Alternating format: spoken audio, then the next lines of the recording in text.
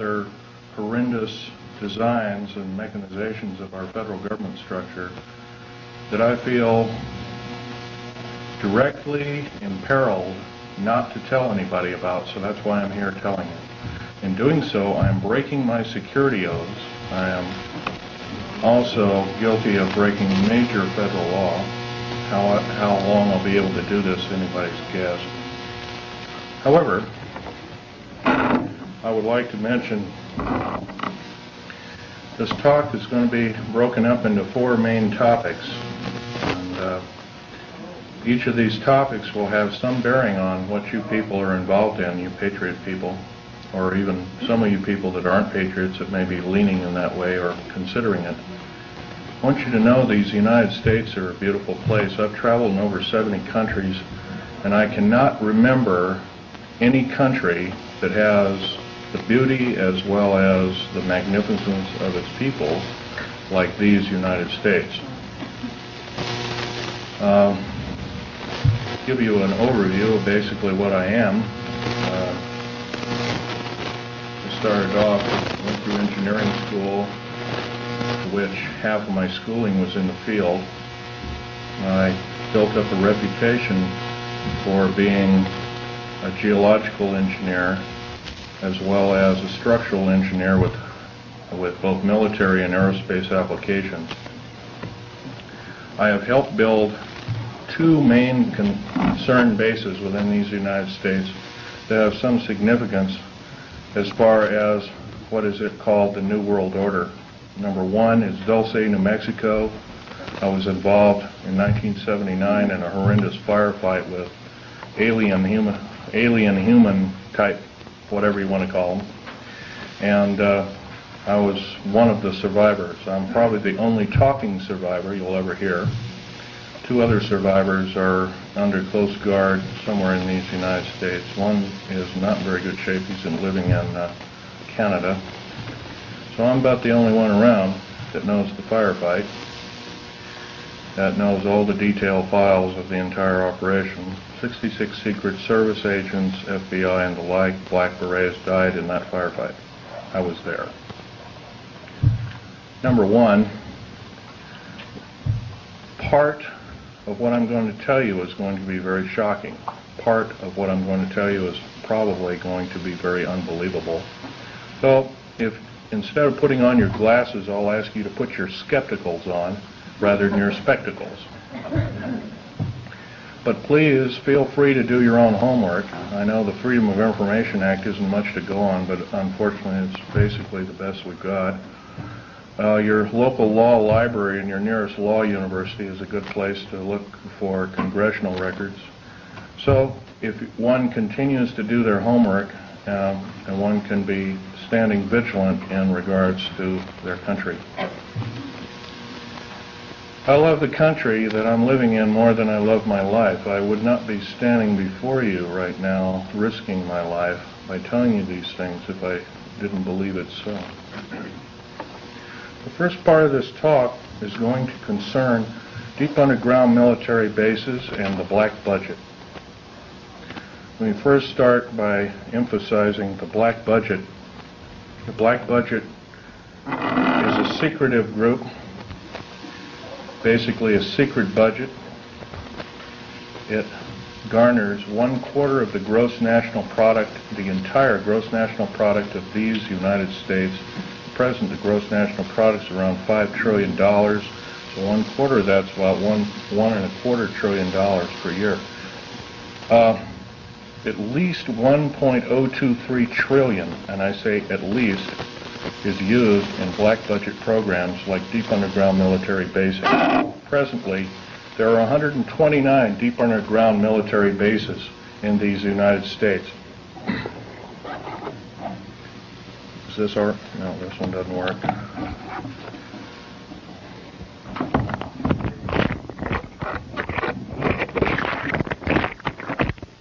Hello? This one's too tall. Anyway, of these 129 bases, they've been building them day and night unceasingly since the early 40s. Some of them were built even earlier than that.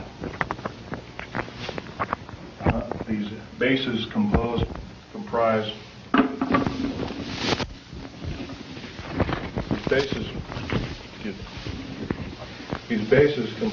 basically of large cities underground. They're connected by high-speed monorail magneto-leviton trains that can go up to Mach 2. Several books recently have been written about this activity, all of which is verifiable through bibliography. I think Al Bielek will, unfortunately, Al Bielek has my only copy is Al Bielek here, by the way? Al Bielek?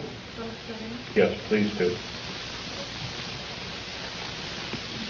Richard Sauder's book, he's a PhD architect, and he's written, he alone also is risking his life by talking about this. He worked with a number of government agencies on deep underground military bases.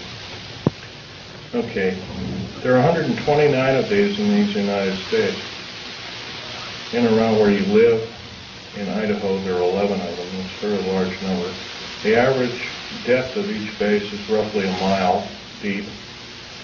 They are basic whole cities hollowed out underground. They are somewhere between 2 2/3 cubic miles and 4 1/4 cubic miles hollowed out underground. You might ask how this is done. Well, right now they have laser drilling machines that can drill a tunnel 7 miles in one day. Obviously, we the public have been misinformed. We're not told about this. So unfortunately, I don't believe these things. The black projects, as we know them, sidestep Congress, which is illegal. Right now, the New World Order is depending upon these bases, and if I'd known it was the New World Order involved, I wouldn't have had anything to do with them. I was lied to rather extensively. So. Basically, the technology as we know it for every calendar year that goes by, every 12-month calendar year, the military technology increases about 44.5 years. This is why it's easy to understand that back in 1943 they were able to create through vacuum tube technology, a ship that literally disappeared from one place and reappeared 400 miles later in another place. My father, Otto Oscar Schneider, there's an interesting story about him. He fought on both sides of the war. He was originally a U-boat captain. He was captured. He was captured by the French. He was turned over to the United States Army. He was turned over to the United States Navy. He was repatriated here to Cocoa Beach, Florida, and Fort Lauderdale, and taken up to Philadelphia Navy Yard thereafter. And he was a master machinist as well as an MD doctor. He later became an MD doctor and never did anything with it. But basically, he was involved with different kinds of concerns, such as A-bomb and H-bomb and Philadelphia experiment and these other kinds of projects. His groundwork, he invented a camera, a high-speed camera that took pictures of the first atomic tests in Bikini Island on 12th of July 1946, to which I have original photographs of, which show unidentified flying objects fleeing the bomb site at a high rate of speed. Bikini Island at the time was infested with things in various depths of its waters. The natives always saw them. The natives had problems with their cattle, basically pigs is what they raised, and other things. Although this story has never come out, this is basically what happened. So, that time, through General MacArthur and others, they felt that, in fact, General MacArthur was coined in saying the term, the very next World War we have will be the war of, not with people from planet Earth, but from aliens or people from other planets. And this man was, if we hadn't had him during World War II, we wouldn't be here today. Anyway, my father had laid the groundwork with theoreticians about Philadelphia experiment and other experiments. What does that have to do with me? Other than the fact of that, all I can say is that if it wasn't for, see, he never told us kids this, and he kind of kept it secret until a couple of weeks before he died. I kind of regretfully say that. I don't agree with what he did on the other side of the pond in Nazi Germany, but I'll tell you one thing. I think he had a lot of guts in coming here and doing what he did. He was hated in his own land. In fact, there was a $1 million in gold reward for anybody who could kill him. Just bring the picture back of the dead person, and it never happened. Anyway, back to topic number one is dumb bases or deep underground military bases. We've been basically lied to, folks. We've been lied to a long time. Number one, the alien question. Nobody really knows the truth. We've been ruined by Madison Avenue. Has painted a very unrealistic picture of what's going on with outer space aliens and the inside of government, especially at Groom Lake. This particular facility, the hat shows, this wasn't the original insignia. This is kind of like a local fish wrapper type insignia. The original insignia had a skunk on it because I was part of the infamous skunk words. So anyway, this particular base originally is housed up to 117 live alien critters, or whatever you want to call them. Right now, it's not housing much of anything. Most of the stealth hardware has been removed. They moved it over to Kirtland Air Force Base. First of all, I want to tell you about aliens and the alien agenda. Back in 1954, under the Eisenhower administration, the federal government decided to circumvent the Constitution of the United States and form a treaty outside of the borders of the United States, within the borders of the United States, basically a treaty from entities outside of the borders of the United States, and it was supposed to be secret. It was called the Greada 1954 Treaty, G-R-E-A-T-A, Greada 1954 Treaty. That basically said that the aliens could take a few cows and test their implanting techniques on a few human beings, but they had to give detailed lists of the people involved, etc., etc. Slowly but surely, the outer space aliens slowly altered the bargain until they decided they wouldn't go by it at all. And back in 1979, this was a reality. The firefight occurred kind of quite by accident. I was involved in, we were building an addition to the deep underground military base at Del State, New Mexico, which, by the way, is probably the United States' deepest base. It goes down 7 levels over 2.5 miles deep. But at that particular time, we had drilled 4 distinct holes in the desert ground, and we were going to link them together with shape charge explosives. And then we were going to basically blow out large sections at a time. Well, when I was my job at that time was to go down in these holes, gather rock samples, check them for their particularity or particle count, give a detailed account of what kind of chemical explosive or plastic explosive to use, and go from there. As I was headed down there, to my total surprise, we found ourselves amidst a large cavern that was already full of outer space aliens, otherwise known as large graves. I was petrified, as most people might be.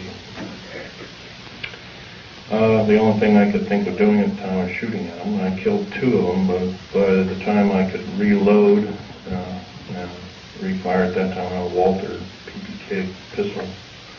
I was an engineer, so I didn't feel I had to carry a gun underground. And I always carried this particular one. It's nice and small, and it's quite effective. But anyway, I killed a couple of these things. And at that time, there was several other groups of people down there. It's about 30 people total, and 30 to almost 40 more came down there, and they all got killed. Basically, what had occurred was that we surprised a whole under mountain base of existing aliens, and later I was to find out that we are not the highest on the food chain. These aliens have probably been living on our planet for different groups of aliens anyway, the short and the tall grays at least for 1 million years living here. And this could explain a lot of the theory behind the ancient theory of ancient astronauts and these other kinds of things like that. Might also explain the bloodthirstiness of different kinds of native populaces like the Aztecs, etc., Olmecs and whatnot. Anyway, I got shot basically here, and their kind of weapon wasn't really a gun-like thing. It was kind of like a box that they had on their body that they could manipulate. And it burned a hole in me, and it split my ribs apart, and kind of gory and all that kind of stuff. But anyway, it also gave me a high dose of rather nasty cobalt radiation. And I have cancer to this day. It's probably a result of it, although I can't prove that. Okay, the second part of my talk is topic number 2. It includes basically how this all occurred. How could we have possibly gotten involved? Well, we finished working with, we basically were beaten down by World War II, and I guess we were figured to be rather vulnerable as a populace in the world, which we were at the time. And I'm sure this is probably why we at our weakest point later found out to be vulnerable indeed, and so we were basically attacked. And of course, I think some of us, how many people here are familiar with the crash at Aztec, New Mexico? Raise your hand. In 1947, sometime in July of 1947, there was a large crash of a flying saucer. I believe it had 7 or 8 alien critters, or whatever you want to call them, aliens in them. 1 survived, and I believe 6 or 7 were, I don't know the whole story about the whole thing. Like one of the artifacts I have here on the table was when I was a young child. I was about 14 at the time. I had a friend of my father was Sir Johnny Rawlins. He had a British Naval Intelligence, and I asked him if I could have a piece of metal of this crashed disc, and my father protested violently. But anyway, Johnny Rawlins said, "Sure, I can give you a little piece," and he gave me a little piece. I've had them in my collection ever since. That was kind of like the small start of a collection. But other than that, the UFOs really wasn't my bag until I started work at Area 51, which is in the Nellis Air Force Base north of Las Vegas, Nevada. Going back in 1979 in a firefight, it took me about 2.5 years to recuperate, enough that I could go back to work. But I did. I survived. I went back to work through Morrison Knudsen and EG&G and Bechtel and Page and other construction outfits at the time. Anyway, at Area 51, they were testing all kinds of very peculiar spacecraft. I think you're also, how many people here, for instance, are familiar with Bob Lazar's story? Good. That's a good group indeed. I'd suggest more of you buy his, or obtain his tape or borrow his tape and read some of the publications. He was a physicist who worked at Los Alamos National Laboratory. at Area 51 trying to decipher what was the propulsion factor of basically these alien spacecraft, these discs and other kinds of type of craft. So, but there's another thing I want to talk to you about other than all this stuff about deep underground military basing that might be effective. We're all basically here as kind of like a captive audience, except that we're all worried about the strange activity of our federal government. I'm very worried about it. They've stonewalled senators. They've lied to the public. They refuse to tell the truth in regards to the alien matters. I can go on and on. That the list is it would take longer than there are days here, let alone minutes. So I can tell you that, for in all respects, I'm rather disgruntled that since I used to be a rather high-ranking worker in our federal government structure, I'm very disappointed in the activities of our federal government, very worried. For instance, to run by several topics to you. Recently I happen to know somebody that lives in and around, I live just south of Portland, Oregon. I know somebody that works at Gunderson steel fabrication, and what they do is they make railroad cars. And a fellow I know, I've known for the better part of 30 years. He works there. He's kind of a lead welder and engineer. He's kind of a quiet type, and he came in excited to me. He called me up, and I met him, and I tried to calm him down quite a bit. But he told me, he says, well, they're building prisoner cars. They're going to, looks like everything you've been talking about the federal government is starting to happen. And he was real nervous about it. And I said, slow down, Bob. So anyway, he told me what was happening. He mentioned that Gunderson has got a contract with the federal government to build 107,200 full-length rail cars, each with 143 pairs of shackles in each car. And there are 11 subcontractors in this giant project, and supposedly Gunderson got over $2 billion for the contract. Bethlehem Steel, there's different steel outfits or different fabrication outfits across the country are building them. Anyway, I says, hey, this is a nice, fantastic story, but how does it pertain? And he says, well, I got to show you one of these cars. So we did. We went to the rail yards in North Portland. I call it Graffitiville, USA, because it's wall-to-wall graffiti. And there's a new car, and he popped open the seal and slid the door back, and there they were. Boy, he wasn't wrong. Yeah, it's scary. Now, if you multiply 107,200 times 143 times 11, you'll come up with a monster figure of about 15 million. 15 million is about the number of interested people that I would consider patriots of these United States, and other interested people that don't like seeing what's going on with our federal government, that want to do some serious changing but can't do it. See, no more can we vote out our elected officials. They become kings and queens over us.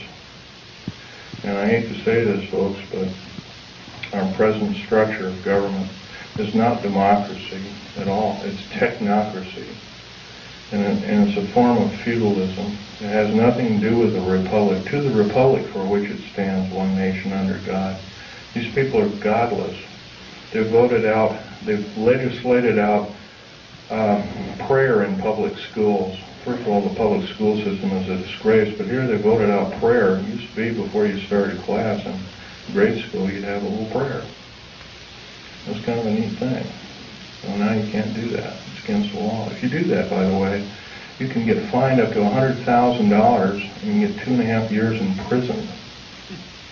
Now, somewhere down the line, I don't believe this is very prudent. I believe that we deserve better. We can do better. I also believe that our federal government now is running the gambit of enslaving good, freedom-loving people of these United States.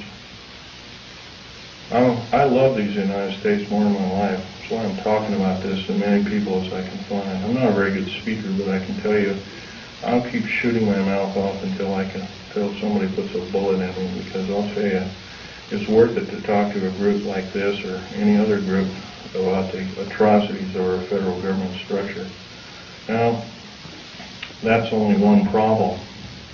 There are other problems. How about the deep underground military bases I've been talking about? I'm going to show you a number of things that I've collected here as kind of statistics, and just bear with me here. I'll drop the mic here. We have stealth black jets, and here are the different code names for them. There's 29 prototypes, different prototypes presently. Cost per biennium is roughly somewhere around 1.6 trillion. I did this compilation in 1993. Budget from U.S. Congress 5-year plan that we're told about is $247.6 million. You couldn't buy the spare parts of all the black helicopters and the F-117As and the B-1, the B-2 bomber, and all the other 24, 25 prototypes. Couldn't even get the nuts and bolts for that. So we've been lied to, folks, and I know we can do better. Black budget garners this figure, roughly $1.25 trillion every 2 years. Trillion. I'm not talking billion, folks. Trillion. If you don't know what a trillion is, it's 1,000 billion. It's a big number. If you were to regard that in dollar bills, it would be 11 tons of dollar bills. That's how big a trillion is. Okay. The black budget literally means hidden budget. The U.S. Congress never sees the books of this clandestine pot of gold.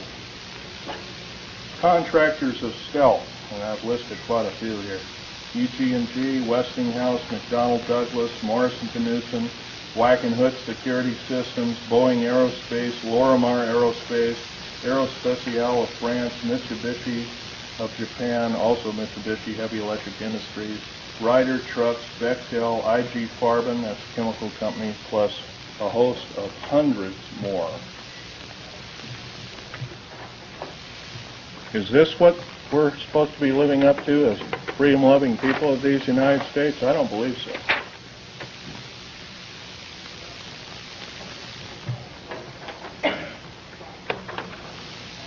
Still, 68% of the U.S. military budget is directly or indirectly affected by the black budget. Star Wars, otherwise nicknamed Star Wars, Strategic Defense Initiative, relies heavily upon stealth weaponry. By the way, none of this would have been available without us taking apart with a fine-tooth comb crashed flying saucers that either we downed or they crashed themselves into our deserts. None. All these materials on the table, some of which are formed by our space shuttle. By the way, you might ask, what's it shuttling? Well, it's shuttling large ingots of metal that are used, that are specially milled down. First of all, they're milled in the confines of outer space. Most of these metals cannot be produced on the planet. They need a near vacuum of outer space for their production. That's what we're shuttling. We're not even, folks, we're not even getting any semblance of what I'd call pablum. We're not being told anything close to the truth. I believe our government officials have sold us down the drain, lock, stock, and barrel. And by the way, up until several weeks ago, I was employed in the United States government with a rhyolite 38 clearance factor, one of the highest in the world. Excuse me, questions later. Microphone, we can't hear you.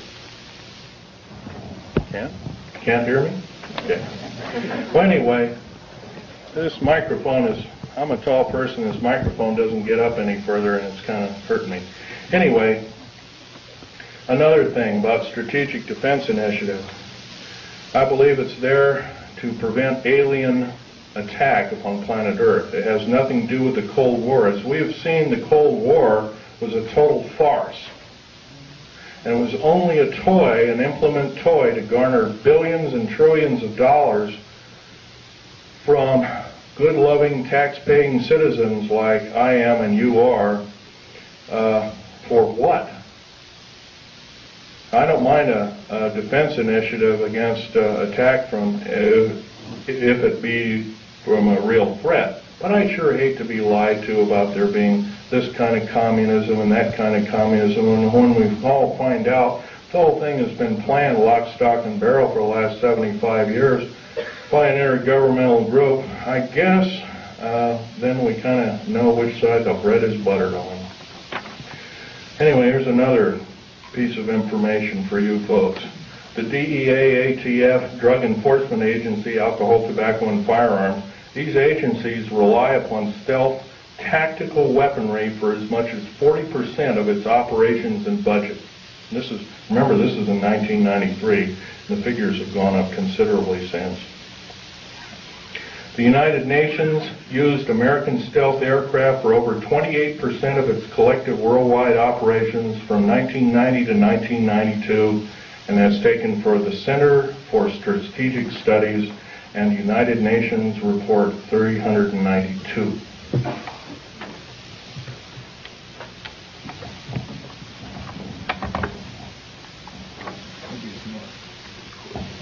Yeah, I would appreciate that, because I'm having to bend over here and it always hurts.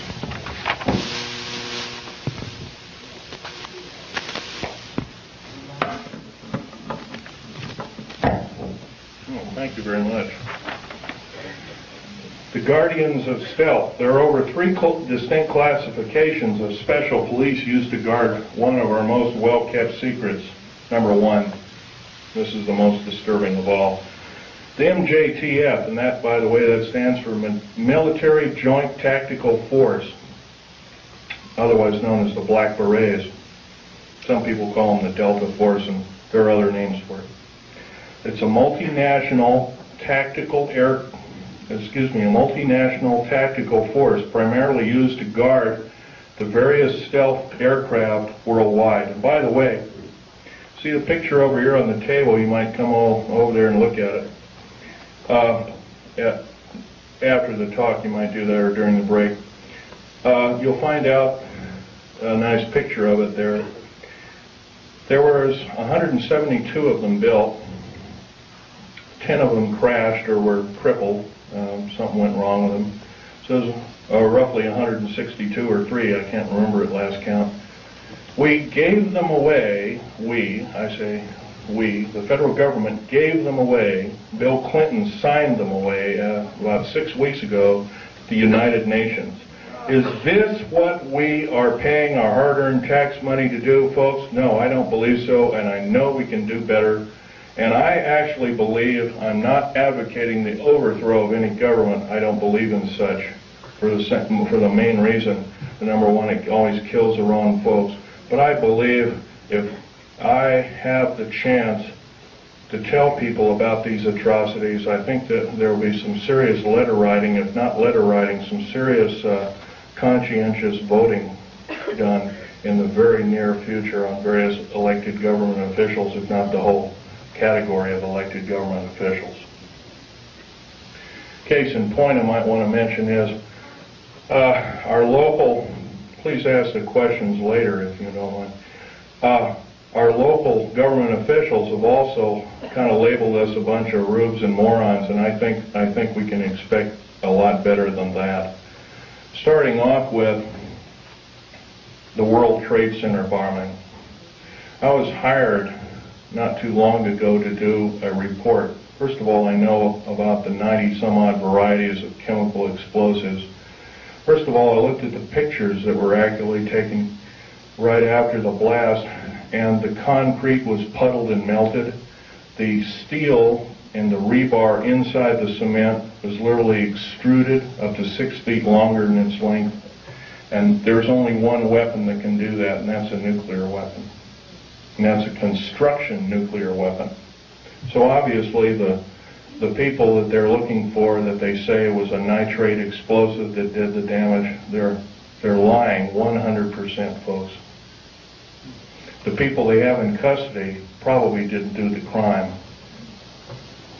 As a matter of fact, I have reason to believe that that very same group did do other crimes. They killed, I believe, a Jewish rabbi in New York, and maybe this was some kind of scapegoat problem, but I'm not sure about that.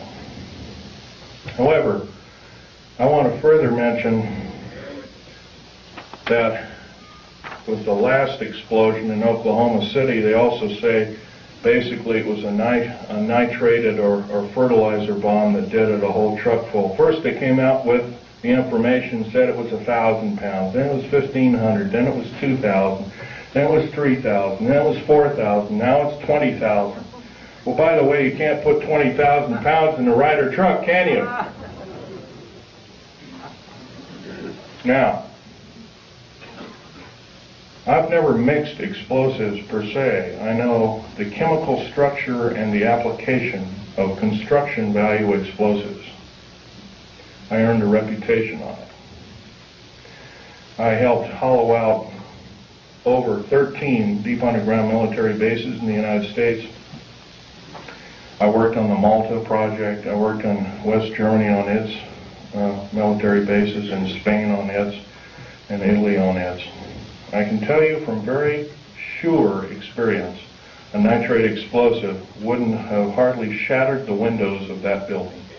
It would maybe have knocked the facing off. It would have killed a few people, maybe at the most 20 to 30 people tops, but it would never have done that kind of damage.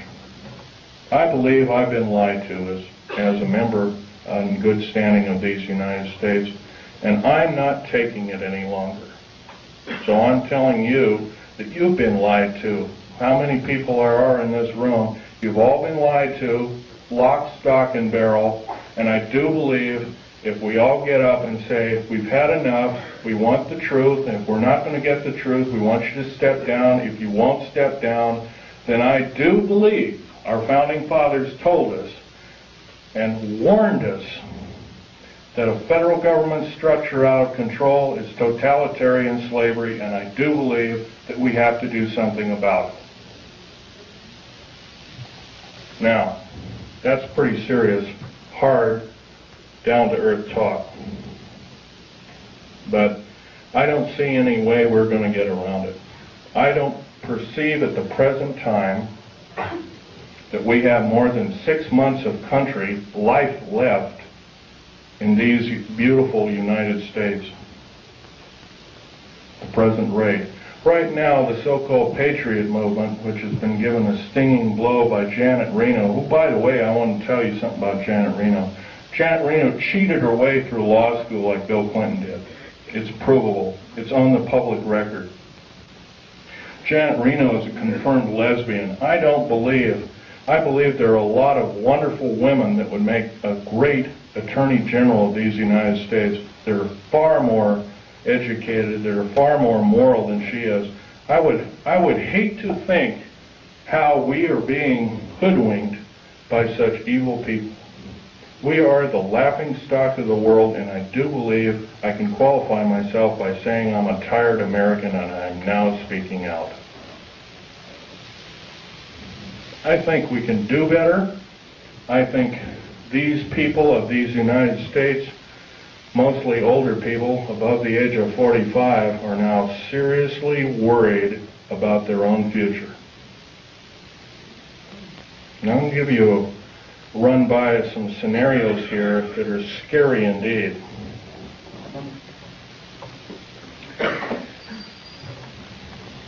The United Nations is a world dictatorship body, period, plain and simple. It is housed in the United States.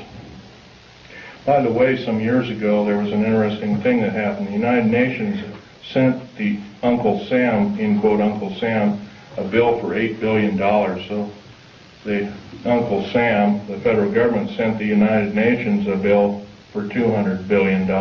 They haven't paid one nickel of rent on prime real estate in New York City. They have special trains that shuttle all these diplomats around. One of my best friend's wives and her 2 little boys was killed by a drunken diplomat from Kuwait. who, by the way, our law, by the way, has no effect. I'll tell you another thing. Military law on military reservations has no effect. Public law on military reservations has no effect. Once again, our wonderful, beautiful, thin sheet of paper called the United States Constitution and another nice thin sheet of paper called our Bill of Rights has been trampled on beyond repair. We have to stand up and say, this is enough, and you as elected officials are going to obey the Constitution of these United States.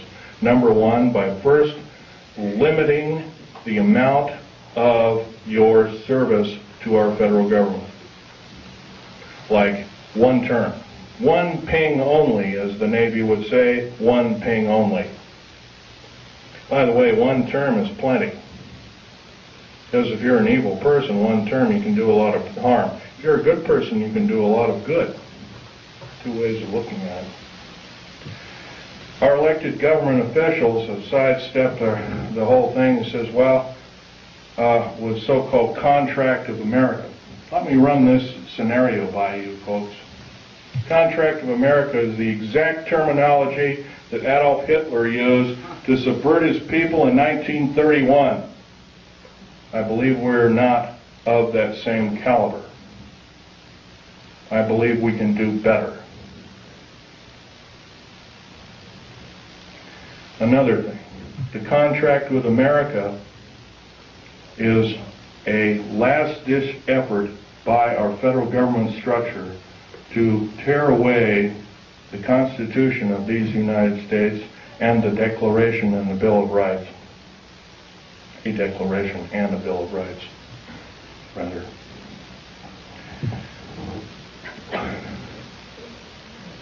Reading these wonderful piece of paper that were somehow have protected us from economic and other forms of slavery, I doubt if there's more than 50 people in this room, including me, I hate to say, has not seriously read the U.S. Constitution. That's a national disgrace. I'm beginning. I picked up a book out of a library and I photocopied it. I'm reading it extensively. Our founding fathers separated church and state. It did not legislate any form of judgeship or judge body to say that we cannot pray either in a school, on federal government property. And by the way, you cannot pray on federal government property. If you do so, you're in violation of federal government standards and laws. And you can be guilty of a $100,000 fine and 20 years in prison. I do believe the people that are now in charge are atheists. And if they are not atheists, what are they? I think we can do better. Another thing I want to blow by your ears is the fact that a lot of you have probably seen in different areas black helicopters. There's over 64,000 black helicopters in these United States. For every hour that goes by, there's one being built. Is this the proper use of our tax money? I don't believe so. What in the heck does the federal government need 64,000 tactical helicopters for if they are not trying to enslave us?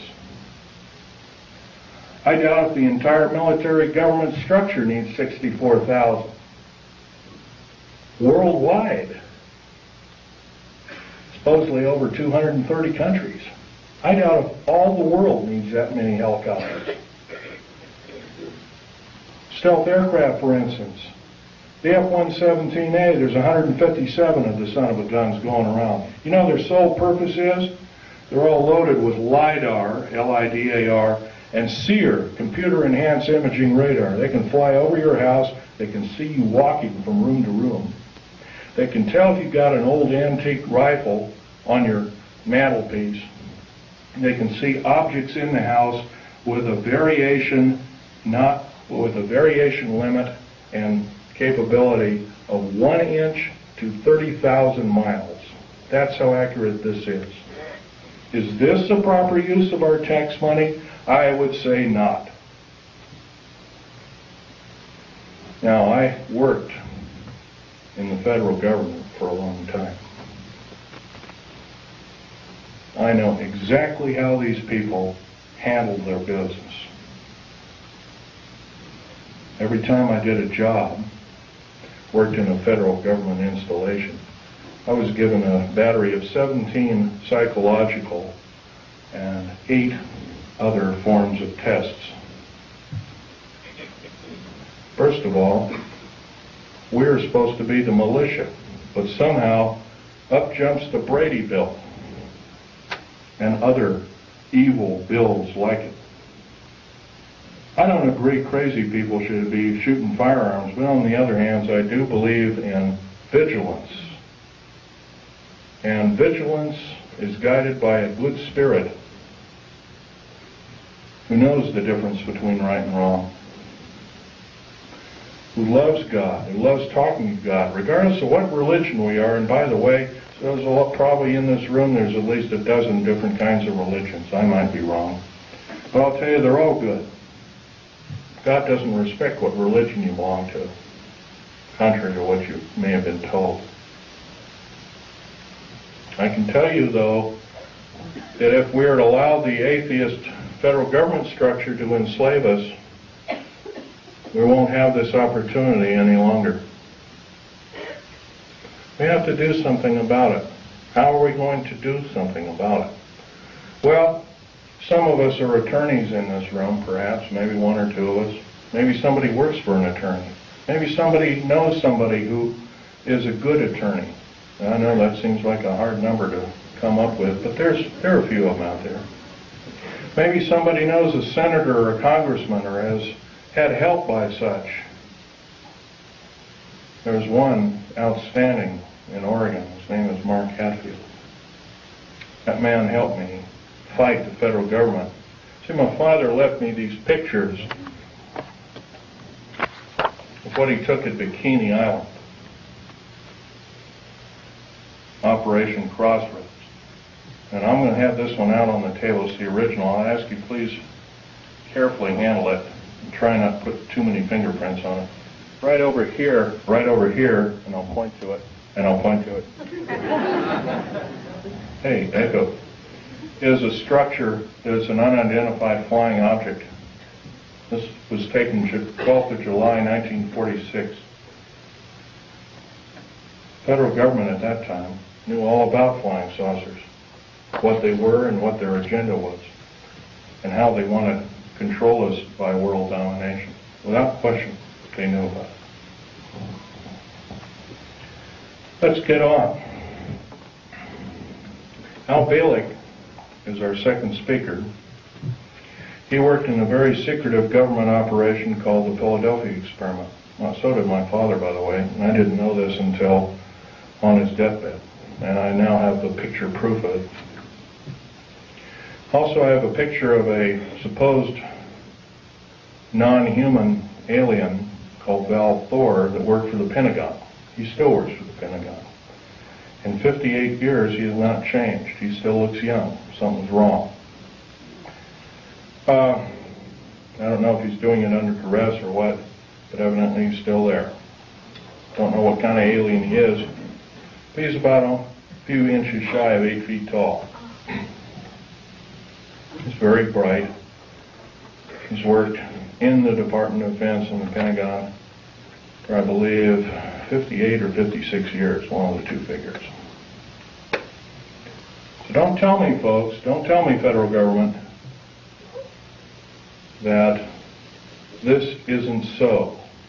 That when we see something in the night sky that doesn't add up to an aircraft, that it's a weather balloon, or that we're mistaken, or I'm crazy, or we're crazy, because it's not. You've been lied to, you've been cheated, you've been stolen from, you've been cheated by your public officials, and I think it's time that we not only realize this, but it's time that other people form cells and start talking about this vigorously. If, say, only 5 people in this room are doing what I'm doing, I can't imagine just 5 people have one talk in 1 year to a group of people like this. In 6 short months, we could reach 10 million people. That's a formidable number. But if I'm just the only one out there talking, it's never going to do it. Right now, before the U.S. Senate, is an anti-terrorist bill. This anti-terrorist bill, by the way, is going to kill the United States Constitution and Bill of Rights by number one.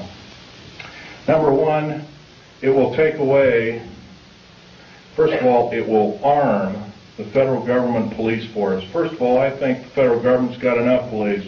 There's 1,719,000 federal police officers in these United States. That is more that was in either Germany during World War II or Russia under Stalin and Beria.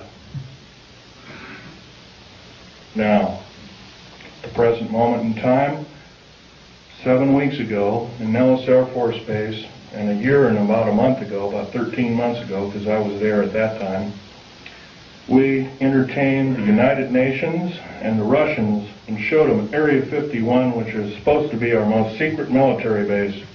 What is going on, folks? Tell you what's going on. We're being sold down the river. We've got to do something about it, otherwise we will not see this country go on as the United States, and I don't think we'll see it go on for a year. I'm saying I don't believe I will see it go on as a country in 6 months at present. Because if the federal government has created the World Trade Center bombing and the bombing in Oklahoma City, which is extremely tragic because it killed probably 40 or 50 children. And by the way, I have absolutely no use for a person that hates children. Our Attorney General, Janet Reno, hates children. She hates men, she hates everything but maybe her own kind. And by the way, if anything is outer space alien, it's her. And Bill Clinton. Well, Bill Clinton is just another big liar out there. But Janet Reno, I can't forgive her for what she's done. She's done more as a singular intergovernmental official to destroy this country than any other individual, believe, since the great traitor during the Revolutionary War. What was his name? I'm trying to think. What? Arnold. Benedict Arnold, there we go. Probably find out she's probably distant relation of some sort. Now, what can we tell our trusted government officials? I know how rare those are. They're an endangered species. Well, they can first start by getting a bill going that requires all government officials to register. I mean, if they're going to ask us to register our guns and our rights, they have to register their rights. They can register their rights and their guns and their legislative ability through one kind of referendum, number one being they can limit the amount of years that they're in office. If they cannot do this, by the way, if a contract with America, by the way, is really a contract, and all the politicians, or the Republicans or Democrats or whatever you want to call them, to me that's just a label, they left one thing out of a contract. Say you buy a car, or buy a house, or buy something on time, and it's got 10 parts to the contract, and one is scratched out after you've signed the contract. By the way, it's null and void. You don't own anything. You may even be able to keep the property. By the way, the contract with America is not only illegal, but it's asking us to change the bargain. The only damn things that change the bargain are the damn outer space aliens, etc., etc. and evil people. I think we can do better than this. Now, another thing we can do is require all politicians basically to accept no PAC money of any kind and accept no money from a salary, and that all government officials be basically put on kind of like a selective service. Everybody has to serve in some part of a government structure to some degree. And it's a voluntary thing, and if you've done right, you get paid for it. And if you're not done right, then there are other ways to make sure that you will be punished accordingly. We did these kind of things if we were prudent, if we thought everything out, because I'll tell you, the only thing that doesn't need changing in any way, shape, or form are the two pieces of paper, one the Bill of Rights and one the United States Constitution. Those two thin sheets of paper have kept us from totalitarian slavery, or worse, for over 200 years. And now they're being seriously threatened by a minority few people who want to reign over us, who want to kill us off, who want to cause us great bodily harm. You realize, in my field, I couldn't even, if I saw something wrong, and I did many times, I had no way to blow a whistle. That's not what our founding fathers taught us. That's not what they laid down in sacred writing, almost sacred writing, I might want to add. We can do better. If we are really the government, if we are really the militia, then we have to stand up and we have to make ourselves known that this will not be tolerated in any way, shape, or form, and it must cease and desist. And if we are challenged, then so be it. Then we are challenged. And I guess the actions of us will be rather forthright, by judging from this crowd. I'm laying down my life by talking about secret things, that I took an oath of secrecy that said that if I broke that oath of secrecy, I am guilty of espionage. I am called a traitor by my own government for blowing the whistle. That's not only a disgrace, but it's an outrage and has ramifications on everyone in this room. And I think we can do better. Now, I've talked about a number of topics that are rather controversial. I don't think I've talked about too much about why we're being enslaved. If you remember, there's always been a nice convenient war. If it wasn't World War I, it was World War II. If it wasn't World War II, it was Korea. If it wasn't Korea, it was Vietnam. It's always been a convenient war. When we've gotten a little bit too smart, folks, there's been a war to wipe out the good people that would take over and run our country effectively. There's a lot of times, and we're going to have to face some very serious consequences very shortly. What we call patriot movements in this country are being singled out for war crimes against humanity, and I happen to think there are a few people in these groups that are crazy, but I would say they're an extreme minority. Probably less than 1/100th of 1% or 1/10,000th of the whole. Janet Reno has us believing that all of the people that are in patriot groups are responsible for inflaming the populace, for doing other crimes against humanity, like killing children, innocent children, regardless of race. The unspeakable thing that happened at Oklahoma City is a wake-up call. If we do nothing, if we decide to stuff our gut, to say, well, I don't have to do anything today, I can watch this show on TV or that show on TV, I don't have to talk about, I'll let Bill Schneider or Al Bielek or some other person talk, Bo Greitz or some other person talk about it. Let them do it. If we act this way, folks, we're not going to be around very long. If you got rights out there, you might as well start enjoying them like you've never enjoyed them before, because pretty soon we're not going to have them. We got the wonderful freedom of movement. Driving down the road, and you don't have to show your ID, but slowly that's changing. There's legislation right now in the United States Congress that any person that has worked for the federal government has to have special identification. It's illegal. It's an outrage. And I've already drawn the line, stamped and put my foot down, and I say, enough is enough. I've had enough. And I think we can do better. I know we can do better. So I'm asking you, out of this entire group, how many 100 people there are, 150 or so? 5 of us.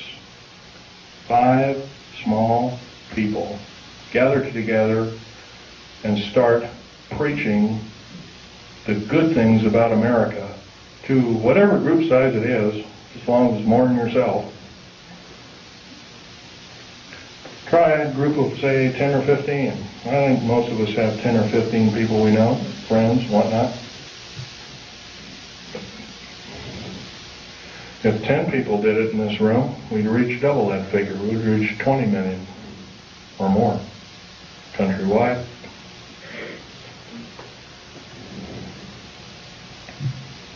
What do we have to do? We have to stockpile weapons and all these other kinds of things. Trouble is with revolutions, they always end up killing the wrong people.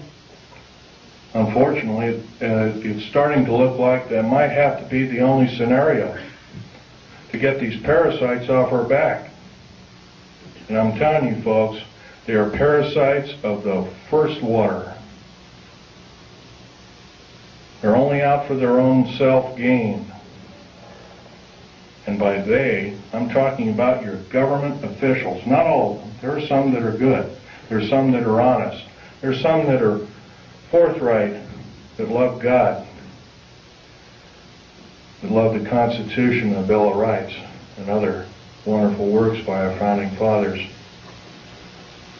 But they're few and far between. In the House of Representatives of the United States Senate, there is not one politician that is not an attorney. There is something wrong there, folks. During Abraham Lincoln's time, I know that's a long time ago, 130 years ago, roughly, it was an honor beyond medals and glory to serve in the United States Senate or in the House of Representatives. And there was actually only about 8 total senators and House of Representatives people that were attorneys. The rest of them were common folk like you and like me. But we've been led down the wrong path, folks. If we sit here and do nothing, we're not going to have any freedom. And it's not going to take very long. At this rate of speed and the way things are going, what's going to be the next scenario? Is going to be another bombing somewhere? First there was a trade center bombing in New York City. Then it was middle, homegrown America killing children and innocent people on their way to work, whatnot. Elderly people in Social Security office and whatnot. How come the AARP isn't talking about the 61 older people that bit the dust in the Social Security office and the other federal government that was seeking? Some were in the Internal Revenue Service and other kinds of... By the way, that's another thing. The IRS, there's nothing legal about the IRS at all. By the way, do you realize, I was reading the Oregonian newspaper 10 days ago.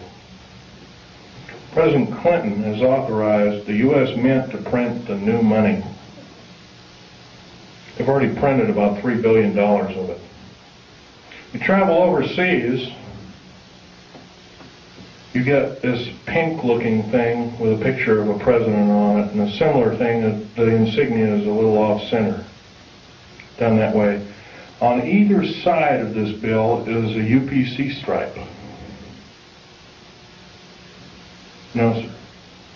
I don't believe in having the mark in my hand or in my forehead like the Bible taught me. But it's coming, folks, if we do nothing. It's coming as sure as I'm standing here telling it to you. And it's probably going to be here in less than 2 years if we do nothing. And this is I'm actually downplaying it. It could be a lot sooner. Federal government right now, with their high tech, has invented an earthquake device. I have reason to believe that the earthquake in Kobe, Japan, by the way, I'm a geologist, I know exactly what I'm talking about. There was no pulse in the pulse wave. There's supposed to be a pulse wave in any earthquake. There was none in the Kobe, Japan earthquake. None. In 1989, in and around San Francisco, there was an earthquake. There was no pulse or pulse wave. That is a Tesla device. Nikola Tesla invented it, and he did it not out of evil, but he was trying to make a device that could be accurately used for construction and building of buildings and that kind of thing. It's been taken for evil, though. Guaranteed. I want you to know that the black budget programs throughout these United States have subverted science as we know it. What's AIDS, for instance? I'll tell you what AIDS is. AIDS was invented by the National Ordnance Laboratory in Chicago, Illinois in 1972. It was a biological weapon to use against the people of these United States. The reason I know this, I have seen the documentation by the Office of Strategic Services, which by the way is still in operation to this day, through the Centers for Disease Control in Atlanta, Georgia. They used the glandular excretions of animals, as well as humans, as well as outer space aliens. I'll tell you something about these outer space aliens. They're mortal. They can be shot dead just like you and I can, but I'll tell you one thing. They're bad news in the worst order. We have absolutely no defense against their germs.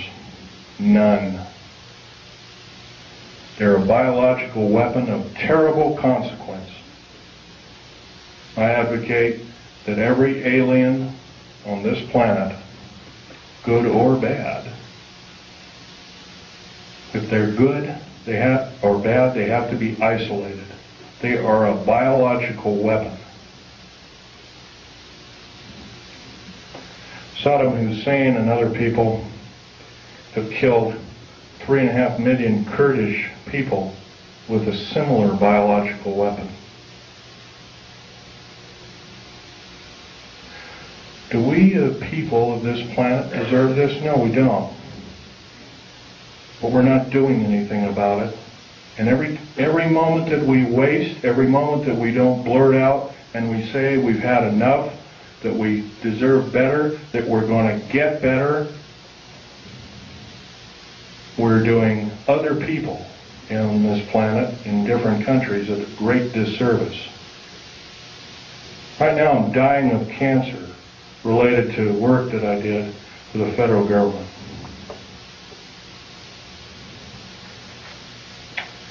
I might live 6 months, I might not. I don't know. I'll tell you one thing.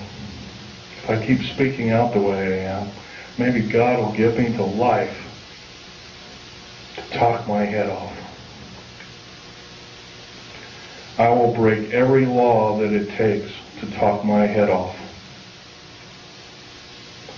I love my country and its people more than my life. 11 of my best friends in the last 22 years have been murdered. 8 of them called suicide. I finally got wind of one of them. Portland police is now involved in one of them. Not going to mention names. Before a grand jury, including the medical examiner's office. Murder by suicide, they call it. My friend Ronald Lee Rummel was an Air Force officer. He's a Silver Star winner. He's a patriot. Murdered because he started speaking out about unidentified flying objects while being still employed as a member of the United States Air Force. How was he murdered? He was drugged. His jaw was broken open. A cheap pistol with filed off numbers called a Jennings J22 was shoved in his hand. Somebody pulled the trigger because they found a piece of a fingerprint or inside of a palm print on the weapon. They also found hair samples. Somebody quickly putting the bullets into the clip. That man saved my life. That man had a family of 5 children. That man was a great person. There's a good chance that when I fly back to Vegas, I have to drive home. I left my car down in Vegas. I have to drive home alone. I'm scared to hell. Before I went to talk in Las Vegas, Nevada, I drove a friend of mine, a disabled friend of mine, down to Joshua Tree. And 29 Palms is next to Joshua Tree, and I went to see a dying disabled veteran friend of mine also. Kind of an acquaintance friend. I don't see him very often. Can hardly talk. He's got throat cancer from working with atomic weapons.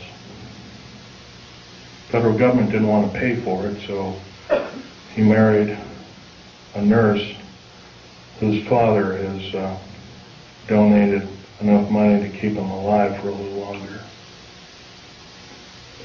Well, after seeing these 2 people, I drove up over the mountains. I had to drive around the mountains and up into them to get to Needles, California.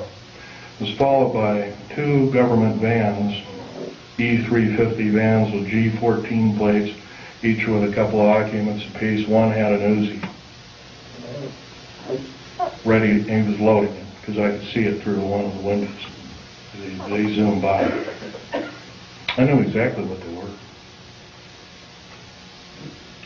I've already spoken out. I've spoken in 19 talks to present. I've probably reached 45,000 people.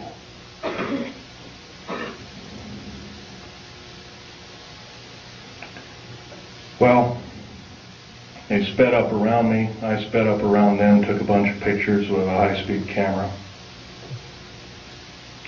Then they caught up to me, and it looked like they were trying to force me off the road. I have a Ford Taurus sedan. But what they don't know about that Ford Taurus sedan, it's got a police interceptor motor. It's got an 8-liter motor. It'll do 140 in the shade.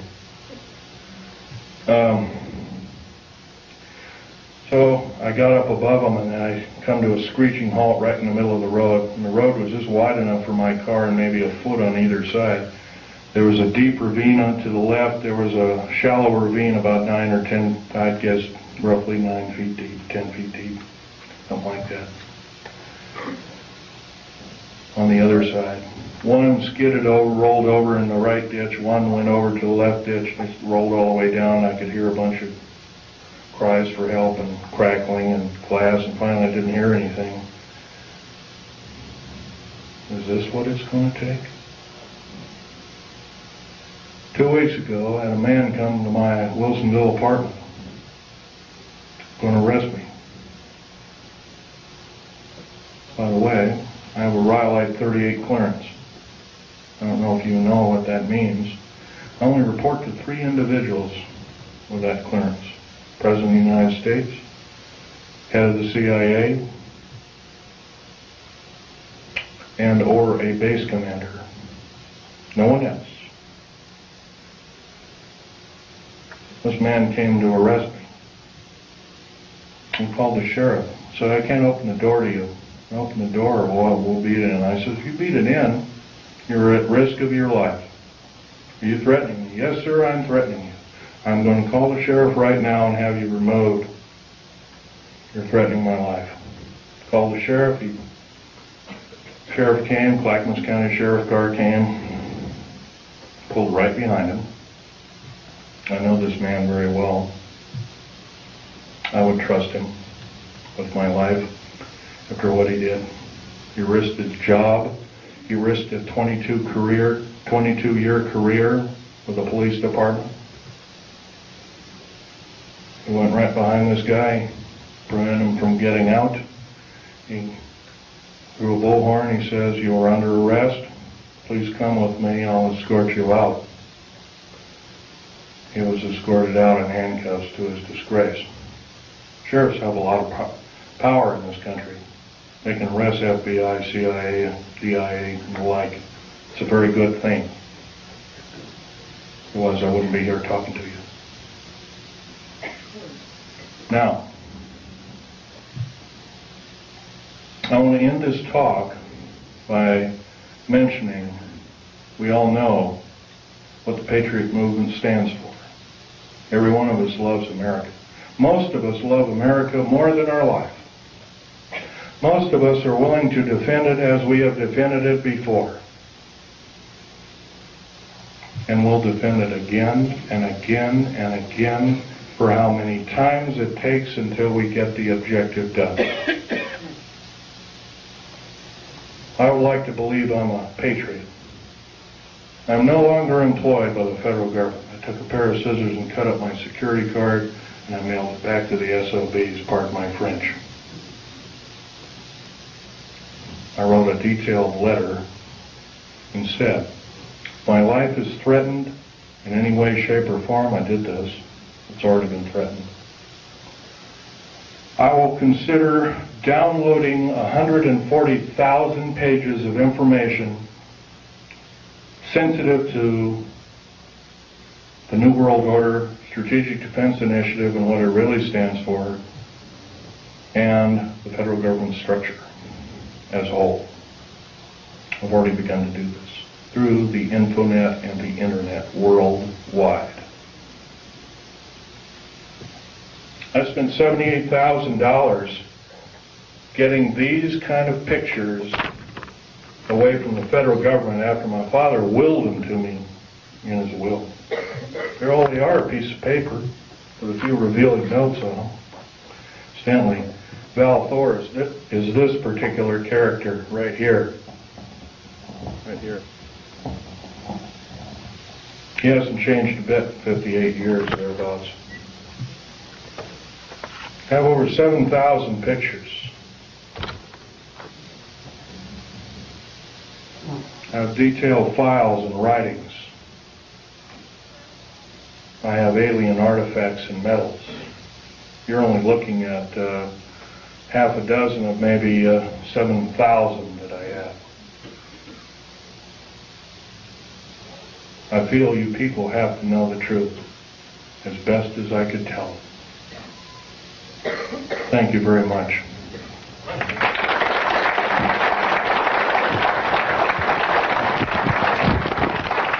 By the way, I might want to mention, if you want to look at these artifacts, try not to handle them, just look at them. And, Questions, Phil? yes. Sir, you indicated that you were injured in shooting of a critter. Right. Would you mind explaining to us your injury? I'll be glad to. Sorry, women folk, this is kind of gory.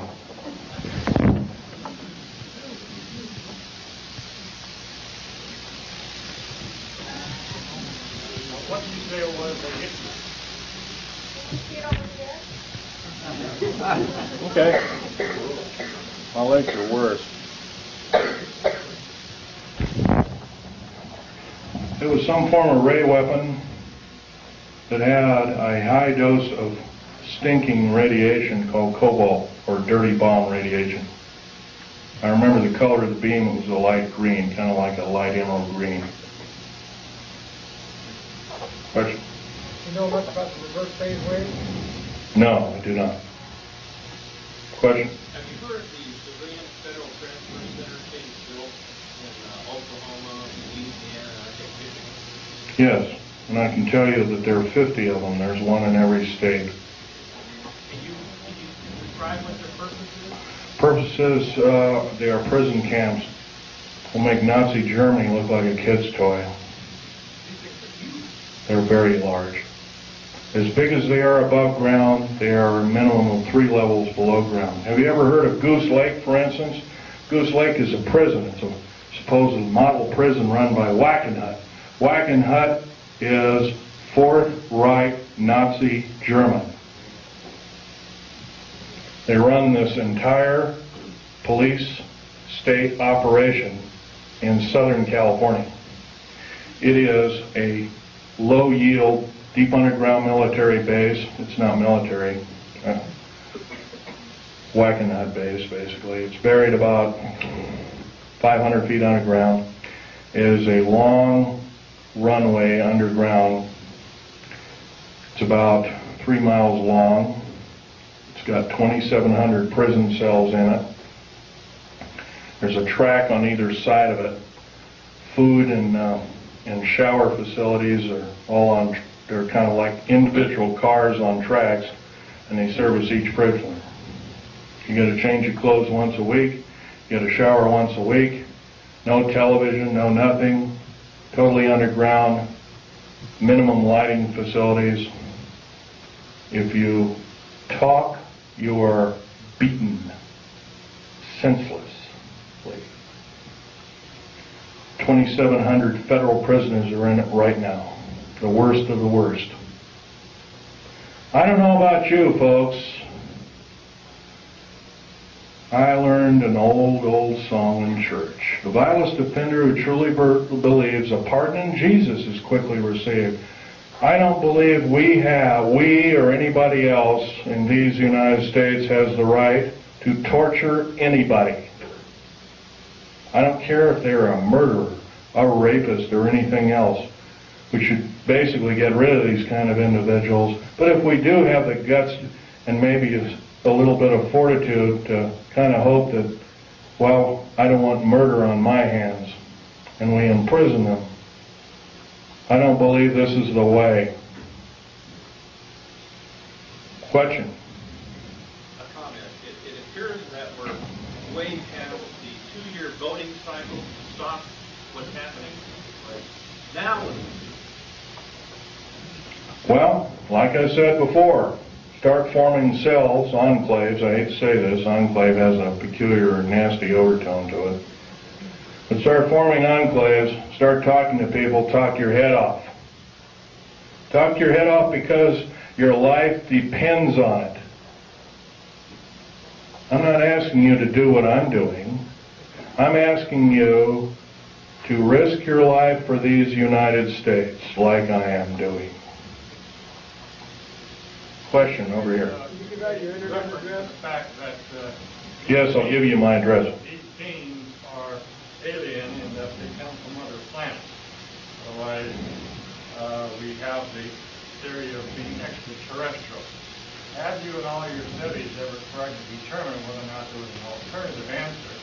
Rather than being extraterrestrial, are they extra-dimensional? And if so, what have you discovered and what authority can you mount to be able to show that as a possibility? Okay, let's take one thing at a time here. Extra-dimensional, they could very easily be. Al Bielek will probably tell you about that in his talk.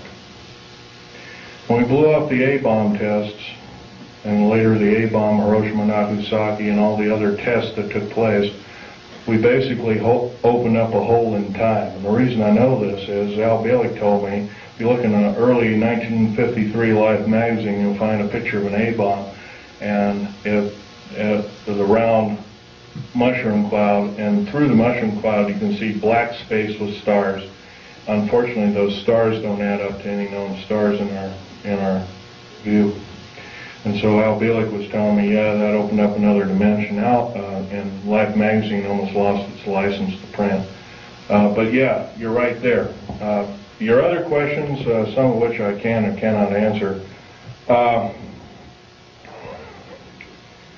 now, as much information as I have, I like to say I'm a scientist, but I think that's got a kind of a bad connotation anymore.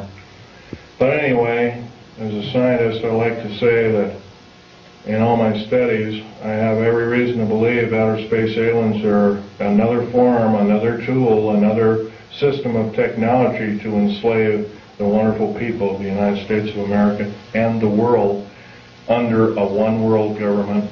And this scenario occurred in Nazi Germany and is now occurring in the United States, and it's got to go. Otherwise, we're going to go. Next question over here. Now, what's the reason for the base? The underground? Pretty obviously, take all the 129 dumb bases, right now there's actually 131 of them. Take 129 or 131 dumb bases, 10% of them, roughly 14 of them, the largest. They're all cities underground. There's high-speed railways, magneto-leviton trains that attain Mach 2, and Al Bielek will tell you about this in his talk. He's seen them, actually been on one of them. I've seen the tunnels, I've never been on the train. He'll tell you that also that these can house great numbers of people. Well, I'll tell you exactly how many numbers of people. You could get a 106 million man standing army, fully equipped with all the food, water, and provisions for 2 years underground, or however long it took to suffer out a nuclear war or whatever kind of ugly scenario. And that would be enough to defeat anybody in the United States. By the way, there's no place to hide anymore. Black helicopters, and there's so many of them. Not just black ones, I'm talking about military helicopters in general too. They have detection devices. If you got something buried like a cache of weapons or diamonds or gold or money or whatever underground, they've seen it already, guaranteed. They can detect you in an airport. I'm going to blow this one by you too, because this is a nice little tidbit. Right now, if you're carrying more than $1,000 in your pocket, most of us don't, and some of us do, carrying $1,000 or more in your pocket, you are perceived as being an enemy of the United States and or a drug dealer, and you can be arrested immediately in any airport in the United States of America. By the way, if you look at your money, your 50, 100s, 20s, 10s, 5s, whatnot, and even the ones now, you'll find there's a little thread in there. If you look at it, like on a $100 bill, it'll say 100, and it'll have a little number in the 100, 100, 100, and $100 marks all the way on both sides. It's a little, kind of like a little thing that tells you that the beast is still there. We don't do anything about it, folks. The beast is going to claim us, every one of us. Okay, question? Any more? Okay.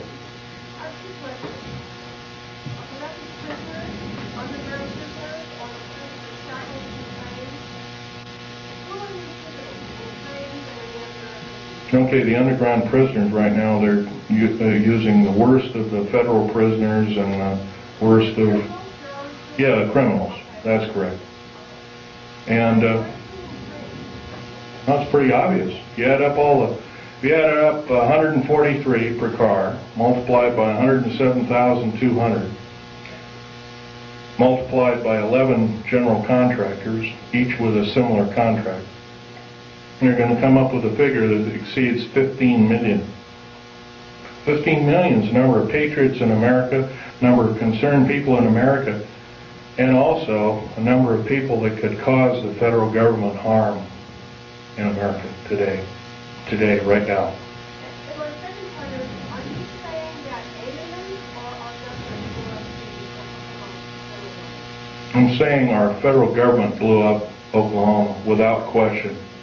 Clearly proven. First of all, what did it? If you look in the pictures of the explosion, you'll find there is a large block taken out near the elevator shaft, and there's a smaller explosion. By the way, a nitrate explosive has a maximum capacity of 20 kips worth of pressure per square inch. A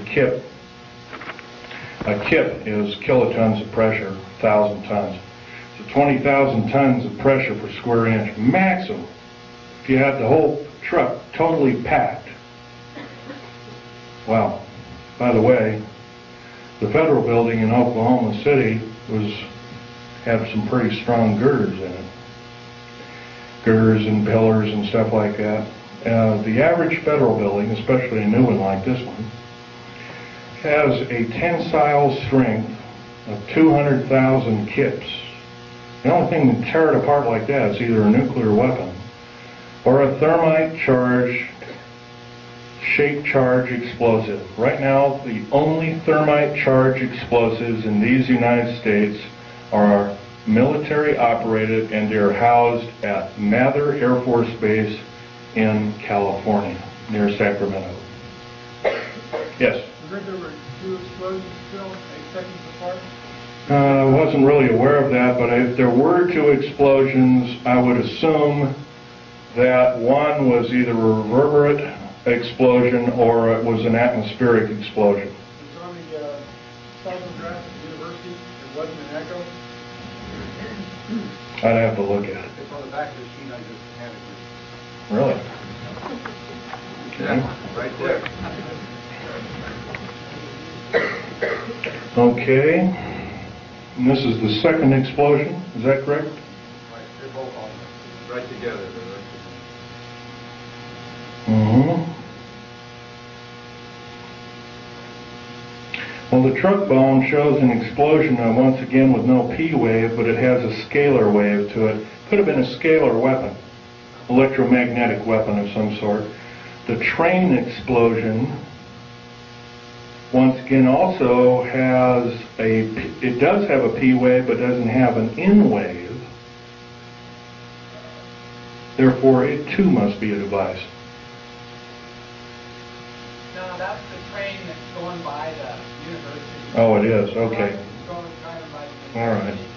I heard the director being interviewed, and he said the same thing. There were 2 explosions, and they asked him if it could have been inside, and he said... Well, this one here that says truck bomb. No, that's not the bomb. That's a truck driving by the university. No, this, okay. It says, truck and bomb. I see, okay. The 2 that are marked bomb, once again, have the configuration. It's called the squared sine wave configuration, or Crazy Ivan, as the Navy calls it. Squared sine wave with no P wave, it would have to be a mechanical device, without question. I could prove that, but it'd be kind of boring laying the figures out. Okay, another question? Yes, ma'am. How do you respond to Christians who are apathetic about saying it's all prophesied in the Bible anyway, the New World Order, the mark of the beast, and, I want Jesus to come anyway, so, why fight it? How do you respond to that? Prudence. What you know best to be. Pray about it. Prayer. That's the only prudence around worth saving. Next. This lady here is Okay. Is it true, do you know, if it using a balance or stuff or recording on the TV, that it behind just have colonies on It's quite a possibility because, for instance, the New World Order and the elite, as we call it, built and funded Hubble telescope. Remember also that telescope, the one that orbited Mars, was supposedly shut down. That was another lie, total lie. Took detailed photographs, totally mapped the planet. I've seen some of the photographs. The face on Mars is a reality. There, at one time there was a civilization. That's been proven. Computer enhancement photograph, and it was broken down by a supercomputer and proved it to be a intelligent made device rather than a hunk of rock with a funny shadow on it that NASA told us, another lie. Once again, you have to remember it. These people cannot tell the truth. In days past they were called the sons of Belial, the ones that could not tell the truth. We have to consider them our enemy. Next, please follow. Yes, they do have bases on Mars. Have you heard of that possibly these rays are part of the experiments which our government are doing under base of taking the synthetics and all these creatures, but perhaps they're manufactured? No, sir. I can tell you right now that's not so. They have a copper oxide for a blood, similar to an octopus, a cephalopod, or an insect, or a spider. Another thing is their chromosomal structure is totally different. Their cellular structure is totally different. No, sir, that's not true at all. Are there any good dealings up there? Some people think that perhaps... Probably so. There's supposedly a group from that I've heard from different sources, fairly accurate sources at that some of them came from the Pleiades, but right now they're supposedly having an all-out war with the Greys, and they had to leave us, and they left us anywhere from a couple of years ago to 4 years ago. I haven't really studied that in. I've been talking about other things lately, so... Some people think they're here to rescue us if that whole thing blows up. Don't count on it. Question? Can you give out your internet address to access information you're downloading? No, sir, I cannot do that. You'll have to go through the internet and do it yourself. That would be giving myself away to the beast, and I can't do that. Question? Is it possible that this gentleman here in front here made a statement regarding the attitude of a lot of people who are Christians? Is it possible that you are taking a study called eschatology, end time phenomenon, prophesied by Daniel, prophesied by Isaiah, subject to the Olivet Discourse, subject to the book of Revelation? It does talk about kind of things that are going to come to judgment on the earth for Israel, the Antichrist, and those who are believers. Is it possible? These things will probably come to truth, come to pass. But to use eschatology as a weapon of fear in order to get people to act is not what the scriptures talk about. That's correct. That's correct. You can't do it that way. The fact of the matter is that in Christ we have liberty from those kinds of things which are going to befall the earth, because there's no condemnation for those who are in Christ. So it says, but to try to say that we are people who are subject to this condemnation is not a full understanding of eschatology. I would agree with your statement. There is one thing, though. I love America. I'm only one person. I'm only human. I can make mistakes. I'm not perfect. God is perfect, as much as I know. I will say one thing, though. Keep reading the Bible, and it'll just make your heart purer and purer. It'll also improve your prudence, and improve your state of mind overall. Would it be more profitable to get further into Christ and get further into ourselves? And let the world and all the good people in this country go to waste? No, sir, I cannot believe that, nor will I possibly ascribe to that in any way, shape, or form. Christ did not put us on this earth to die in a holocaust of fear from characteristic evil entities or people. No, sir, I cannot believe with that particular statement. I love Christ, but unfortunately I cannot believe that I can allow my fellow countrymen to go by the wayside. And I think actually it's a form of disinformation and government propaganda to believe it. Next. Yeah. Okay. On the Idaho Constitution has a provision for the militia, all able-bodied men between 18 and 45 years old will serve in the militia. That's in the Idaho Constitution. Okay, I agree with it.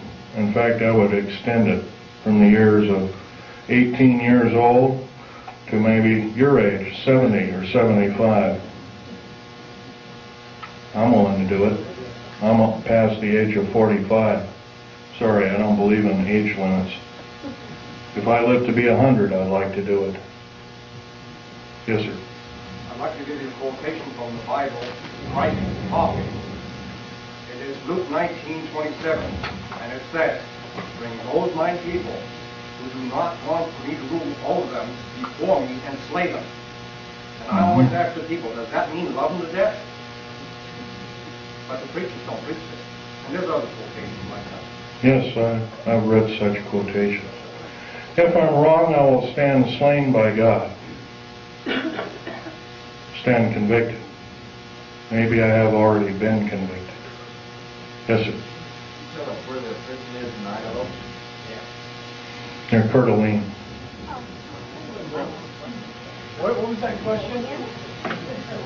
Would you state the question again? Where is the federal prison that you're talking about in Idaho? Well, there's several federal prisons. There's a new one being built near Coeur d'Alene, Idaho. I don't know. I've never been out there, but I heard it's on the east side of the town of Coeur d'Alene, Idaho. Whatever. Man with a red shirt way in the back there.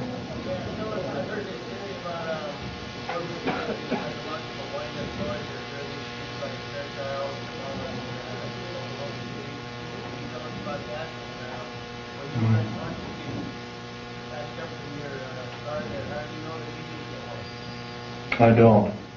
And I haven't heard about such things, but I'm sure there might be such things.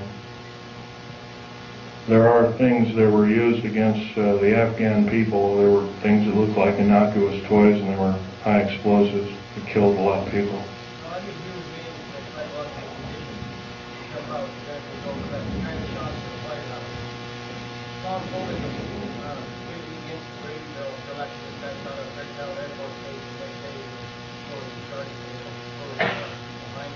You can bet your bottom dollar that this is some form of a setup of American people's rights, without question.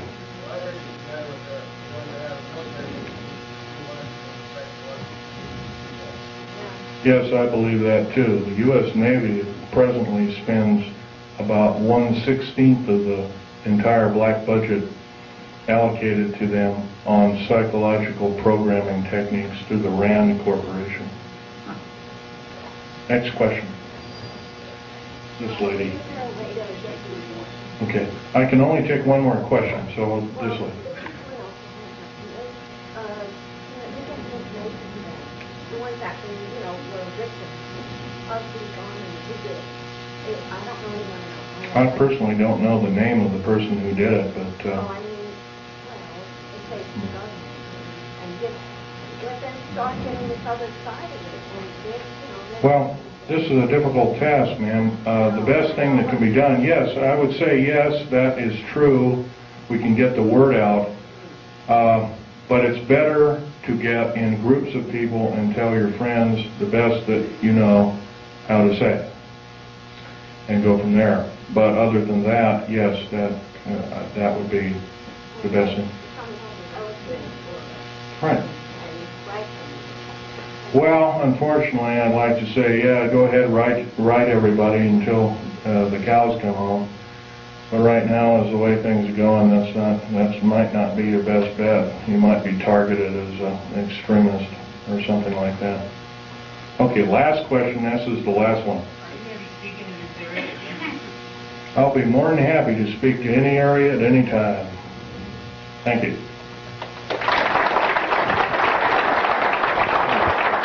May God bless each and every one of you and your families, too.